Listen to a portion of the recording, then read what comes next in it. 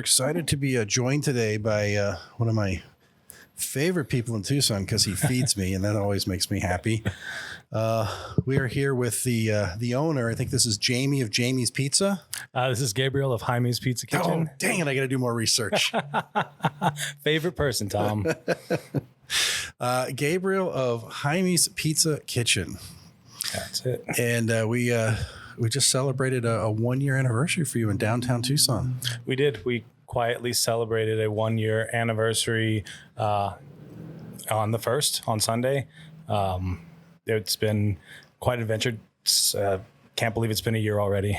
Can't believe it's been a year, but how long does it actually feel like? Does it feel like it's 5 years or 5 months? It depends on the day. When you're looking back on the fact that it's been a year, it feels like it's been, a couple months. In the daily, it feels like this has been a lifetime in this last year with the effort. Well, let's get a little bit of the backstory because this is not your first adventure in the pizza world, correct? That's correct. Yeah. So you where were you? Like, what have you been doing? Well, my grandfather owned a bar on 4th Avenue called Jaime's Bar and Grill from 1989 to 2002. It changed hands. In that time, Brooklyn Pizza opened up. I was probably about 12 years old and watched them toss pie and fell in love immediately. Being a product of the late 80s and 90s, Ninja Turtles were a mainstay in the house. And the ultimate goal at that time was to make a pizza that tastes as good as the Turtles pizza looked. It's kind of evolved the aspirations since then. But professionally, I started when I was 18 at a place called Rockin' Pizza down on Broadway and Swan. It was later the Broadway Pizza Cafe, and now it's a tattoo shop. Okay. That was owned by a gentleman named Tommy of Rat Sound, who really had it. So when he had bands touring in Tucson, he had somewhere to bring them to eat. So it was a really good place for an 18-year-old to start making pizza, go to shows, meet bands. But once all the buzz of meeting bands kind of wore off, the love for making pizza was growing. And it kind of, went on from there. So a few tangents here that we've got to talk about because you as most people are interesting because you happen to spend a good chunk of your life in the Jaime's Pizza Kitchen, which is just right here on Congress. It's next to the Tucson Gallery where we're recording today, across from Hotel Congress. Occasionally though, I'll see you kind of skateboarding around, getting from place to place. So you're a grown man, but you still use the skateboard for transportation. I think anybody who works downtown will tell you a scooter, a bike, or a skateboard is a million times faster than getting in a car and trying to get anywhere. But also I'm fortunate enough to work with my teenage sons who keep me young while aging me simultaneously. And when they picked up an interest in skateboarding, it was time to kind of knock the rust off the old knees and, make sure that I am still mobile for as long as I can be. So yeah, any chance I get, I'll skate down to Johnny Gibson's, skate down to the UPS store, skate, just to stay loose and enjoy beautiful downtown the best way you can, which is ride on the sidewalks in the open air. Mm-hmm.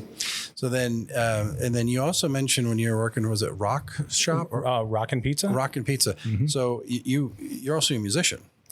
I am a musician. So, I've dabbled in music. So did that come from that experience or was that just a coincidence? No, my dad was, the family's traditionally musicians, a lot of, classical, acoustic, flamenco, things like that from the older generations, a lot of singers, a lot of guitar players. And so it kind of came with the family background.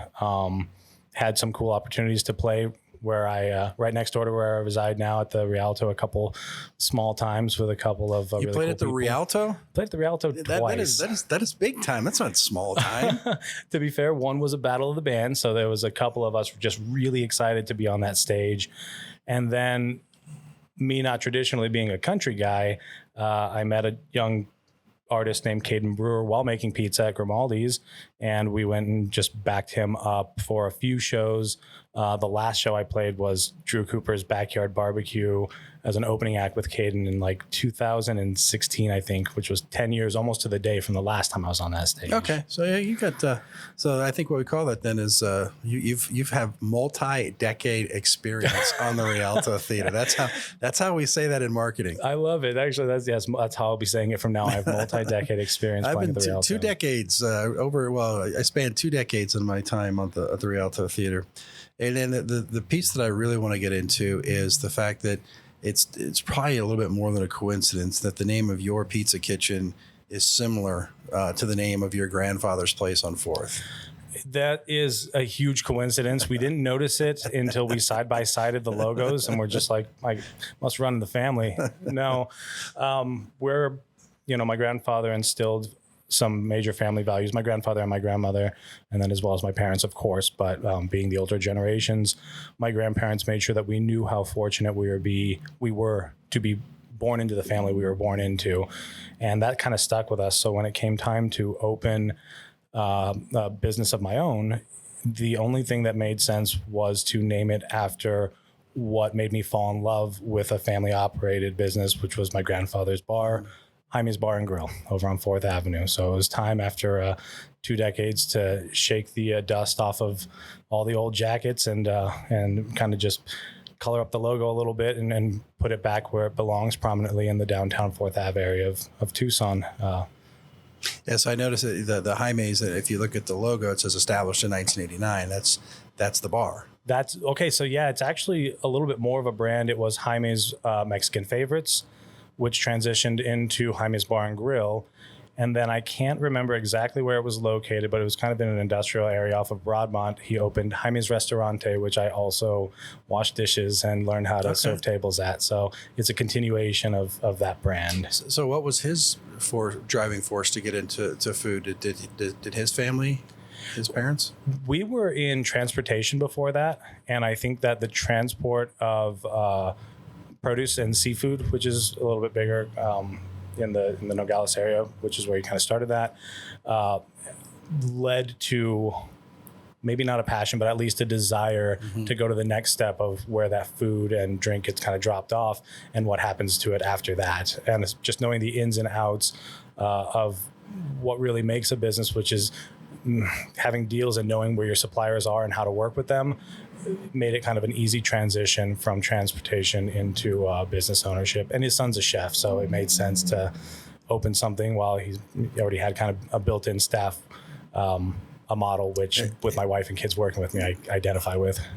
Wow. So we've got, he gets in the produce business and the delivery business and the transportation business, moves into the culinary side of things.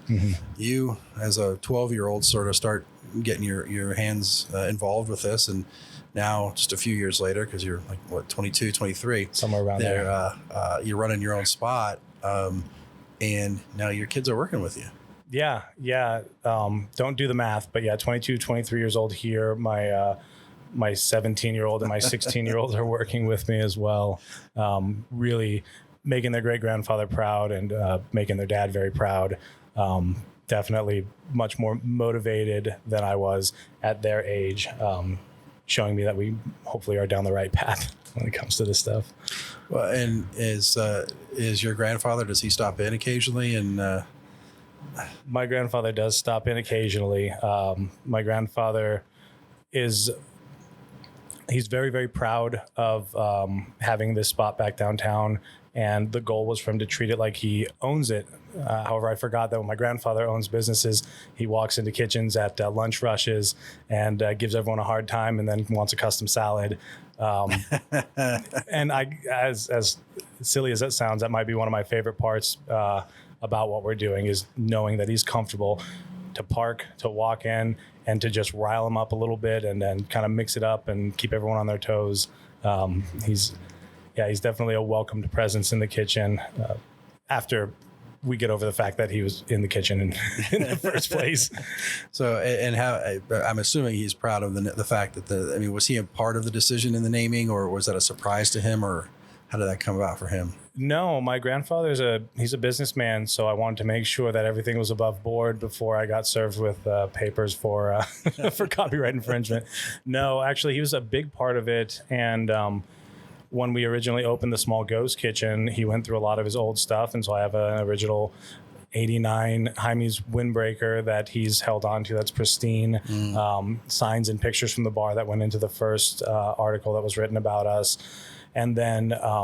Our logo was a little more archy and circly until he got his hands on it and insisted we go back to the original design to make sure that the lines are kind of around what the business is.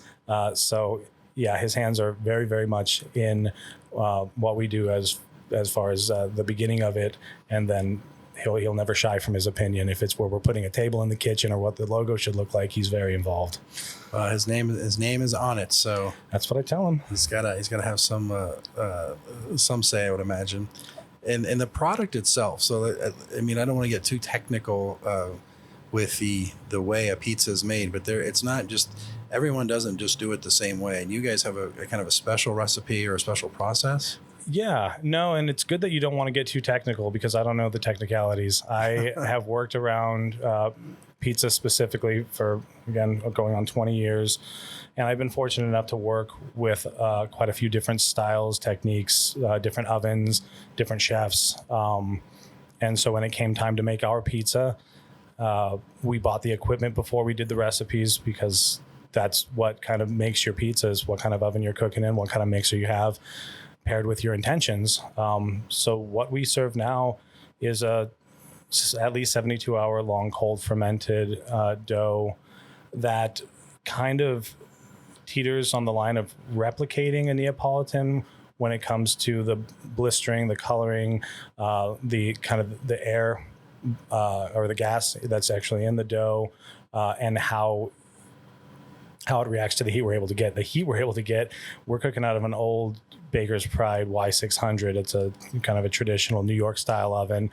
So there's no big secrets. We cranked it as high as we could, and we spent 3 months really playing with our dough until we came up with something that we were, one, proud to serve, and two, we felt stood a little bit apart from a traditional New York style or Neapolitan or wood-fired, just for the intention of not getting lost in all the great pizza that's in Tucson. Yeah, that was going to be kind of my next question. There is a lot of really good pizza in Tucson. There's some, I mean, just on Broadway and, you know, within like 5 miles of you, there's some really good pizza. How does that, like, do you guys work together? Are you in strict competition? Is there any connection at all? There's a few connections. I did my best as I grew up in the pizza community to maintain relationships. They're important. And we're all in a small town trying to make pizza in a town that's not traditionally built for pizza. We need to band together. We if we want to put ourselves on the map as not just a city with amazing Mexican food, but great pizza, we need to kind of do it together. So I've had the opportunity to work with some friends from, I hope they don't mind, but with my friends from Flora, who recently opened up Whole Slice down on Congress. Great relationships. I love their pizza at Flora. I love what they're doing at Whole Slice. If I needed yeast when I was opening, Travis got me yeast. If I needed tomato, Travis got me tomato. So it was the support of the Tucson pizza community that's gotten me through. Chard has helped me out with flour on occasion. Empire has helped me out with cheese. It's just, it's a really wonderful community, the pizza community, much like the art community here. I think there's a lot of support for people just trying to do their expression, their art. I love the shout out for the Tucson Galleries that throws that in there. I appreciate that. Well, I love to hear that. I years ago, I'd interviewed a brewer and asked him a similar question about how many local microbreweries have been popping up. And I remember I had asked him, is there a point where it gets too saturated? And his comment to me, and I've used this so many times, but his comment to me was, there's always room for another good product. Absolutely. And that's, you know, it just elevates the game. And, you know, mediocre or not so good, we don't want that. But if it's a good product, welcome, because it's just going to make us all a little bit better. That's beautifully said, wonderfully said. Then that is the sentiment coming from at least my end of the pizza spectrum in Tucson. So a year into it, you came downtown, and when I first met you, we were arranging an event here at the Tucson Gallery, and I was like, "Hey, we're doing this thing," and you were kind of experimenting. You weren't open. You were testing it out, and I thought I was introducing you to Paul over at Johnny Gibson's. And it turns out you're like good friends with him and go way back. So it's like all of a sudden you've been welcomed into this downtown community, but it's not like that. I mean, you've just been a part of it. You just happened to open a shop a year ago. Yeah, well, again, it goes back to maintaining good relationships. I was in Tubac for about 6 years. I helped open the Italian Peasant right next to the Tubac Market, and Paul was running the Tubac Market. And as he's done to this day, has shown nothing but support for his surrounding restaurants and his neighbors. So we built a really great relationship over the 6 years that I was there. So when I came downtown and I was, a skate's distance away from Johnny Gibson's, he welcomed me with open arms and really assisted me in that first one because my kitchen wasn't ready, but I was ready. So because of Paul, we were able to put a little something out there. Well, I just, when we talk, there's a lot of restaurants and things that we don't necessarily interview on the show. And yours, because I know you, because we work next door to each other in the gallery and the pizza place are so close, but also just the way this sort of community has rallied around you and how well you fit in. And it's clear that over the years you've maintained really strong, work ethic and connections with all these businesses. It's really good to see. I appreciated the work ethic comes from my grandfather, and the connection comes from Tucson. Tucsonans, people here, they're good people here. Well, as you said, it's kind of a small town, and if you're not doing things in a sort of an ethical and reputable way, that gets around too. Absolutely, you're not going to have a lot of friends. Yeah. That being the case, but it's nice to be surrounded by people who are trying to maintain the bar of decency and of ethical business and of just general genuine community.